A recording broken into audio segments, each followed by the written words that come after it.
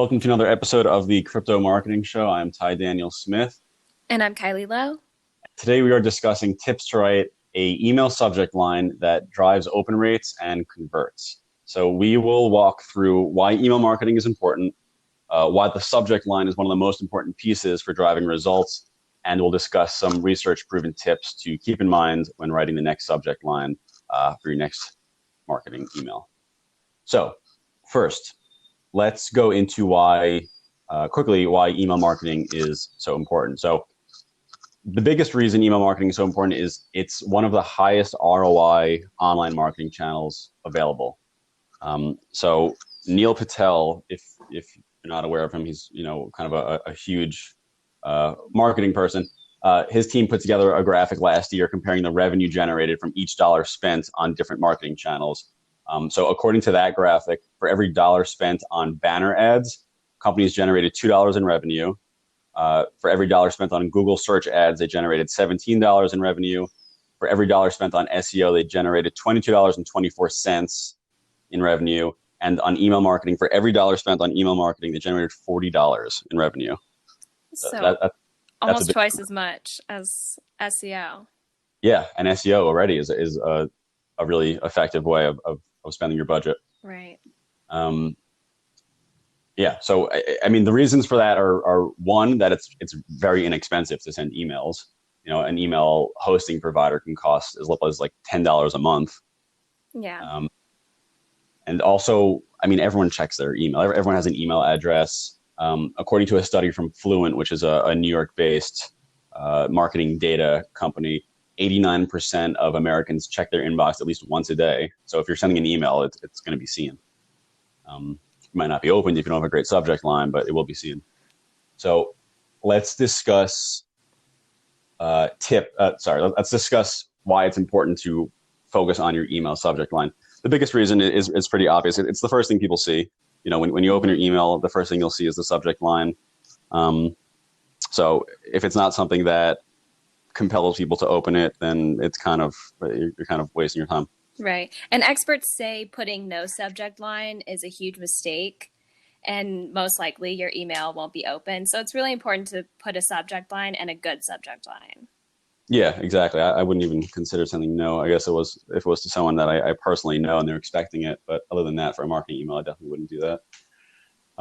So let's discuss tips to write a subject line that improves open and click-through rates. So the first one is don't capitalize. This is kind of something that might seem a little weird to some people, because by default, a lot of people will capitalize the first letter of every word in an email subject line, kind of like you would for like a blog article or something like that.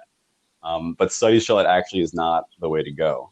So Aweber, which is a big email marketing service provider, a software company, says that subject lines that have all lowercase letters are open 35% more than emails with capitalized letters at the first word. Huh. Yeah. That's interesting. Yeah, kind of curious. Another tip is to keep it short. Yeah. So this is another research-backed finding. It was found that emails that have less than 30 characters have a significantly higher open rate than longer subject lines. And do you know why that is? I don't. I can only guess. It's because the typical subject line on a mobile phone is 25 to 30 characters. Oh, And okay. 77% of emails are opened on a mobile device. So if you can read the whole subject line on your phone, you're probably, going to open it, right? So, Wow. yeah. I'm kicking myself for not knowing that. Huh. Yeah, I think that was a HubSpot Yeah, finding. yeah. I think that sounds familiar now. Yeah. Yeah, so just remove unnecessary details from the subject line. Also, remove things like newsletter, like the words newsletter and update. It just kind of gives the impression that if the person misses the email, it's part of a series and they'll just catch the information in the next one. It kind of makes it seem like the content's not that important. It's just something we've picked up along the way. Next tip is to make it personal. So people want to do business with people, not large companies.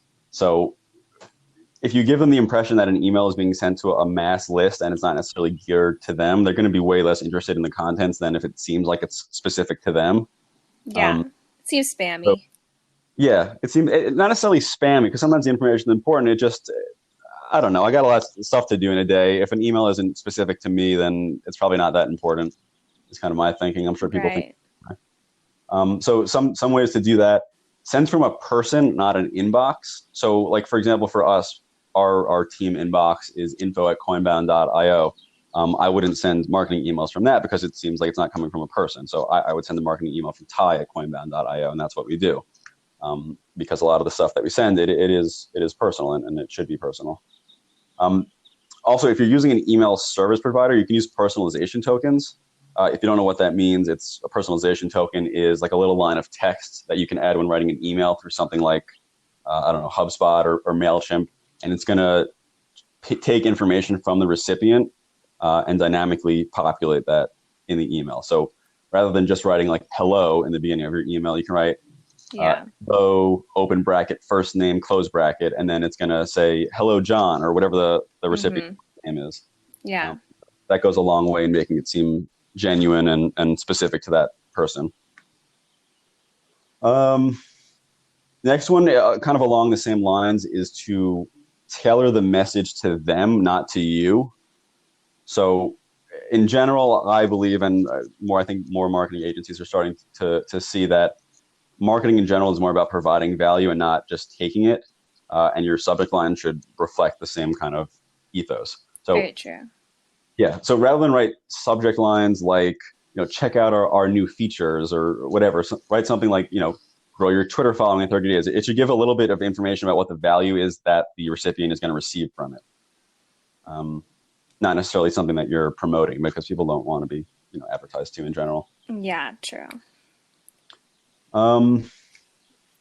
So, I mean, it's important to understand that everyone's audience is a little bit different. A B2C company is going to probably have find different things to work than a B2B company.